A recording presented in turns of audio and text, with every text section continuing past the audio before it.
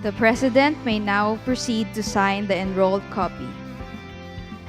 Upon signing of the harmonized version of House Bill Number 4122 and Senate Bill Number 2528, it shall be known as Republic Act Number 12023, entitled An Act Amending Sections 105, 108, 109, 110, 113, 114, 115, 128, 236, and 288, and adding new sections 108A and 108B of the National Internal Revenue Code of 1997 as amended.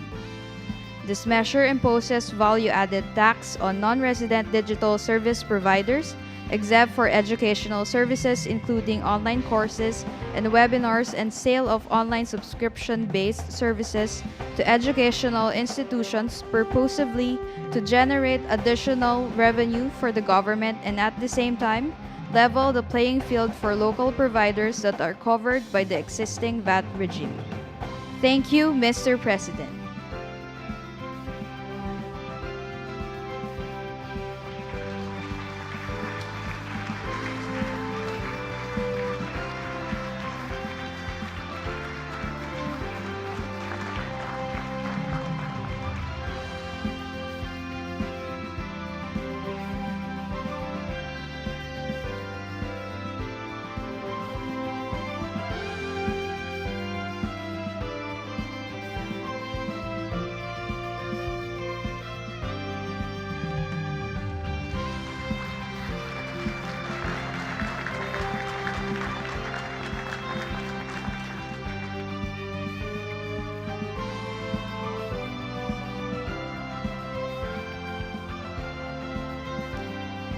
Thank you. There is an old saying that there are only two things certain in life. They are taxes and death. It is now time to add perhaps one more item to that list, and that is change.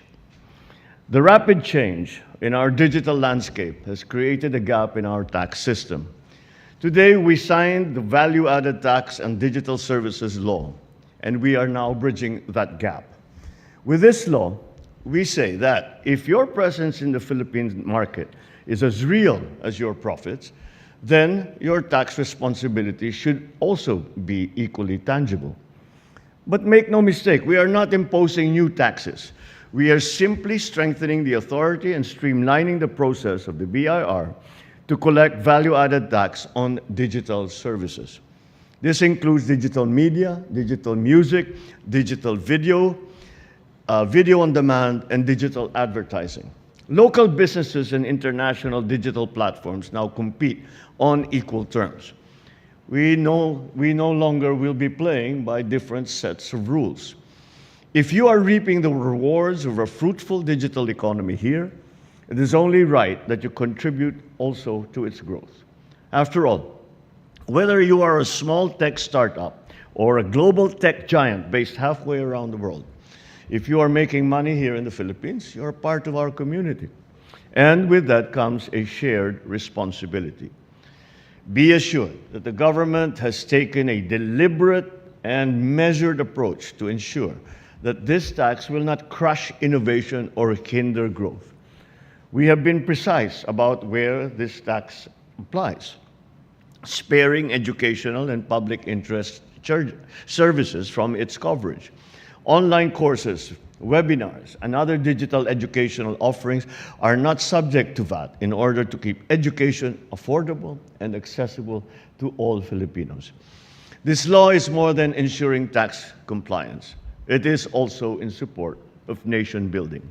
For the next 5 years, we estimate to collect 105 billion pesos from this measure. This is enough to build 42,000 classrooms, more than 6,000 rural health units, 7,000 kilometers of farm-to-market roads. Additionally, 5% of the revenues generated by this law will be allocated to our creative industries. This means our artists, filmmakers, musicians, the very people who fill our platforms with stories and with content, will directly benefit. It ensures that our creative talents are not just surviving in a competitive digital market, but will be allowed to prosper. fairness, inclusivity, and progress. These are the goals of this law. Today is not just about the signing of the VAT on digital services law. It is also the beginning of a more equitable journey forward. And this would not have been possible without our legislators. We thank you for the dedication that you showed in ensuring the timely approval of this law. To our partners in the digital space, let this be seen as an invitation to help build a bagong Pilipinas, where innovation flourishes, especially as we promote competition. To our local enterprises who have been pillars of our economy even in the face of changing landscapes, today we restore the balance and give you the fair shot that you deserve. To our people who deserve nothing less than a system that works for them, this law shall bring in much needed revenue to help build a better future for us all. I call for the support of all the companies and entrepreneurs who will be covered by this law. I also urge the concerned government agencies to promulgate the necessary rules and implement the needed steps to operationalize this law within the period that is prescribed within the Act. So as we usher in this change, let us be reminded, true progress does not just count profit, it counts everyone in. So thank you all very much, and may we continue building a stronger and fairer bagong Pilipinas. Maraming salamat at magandang umaga sa inyo.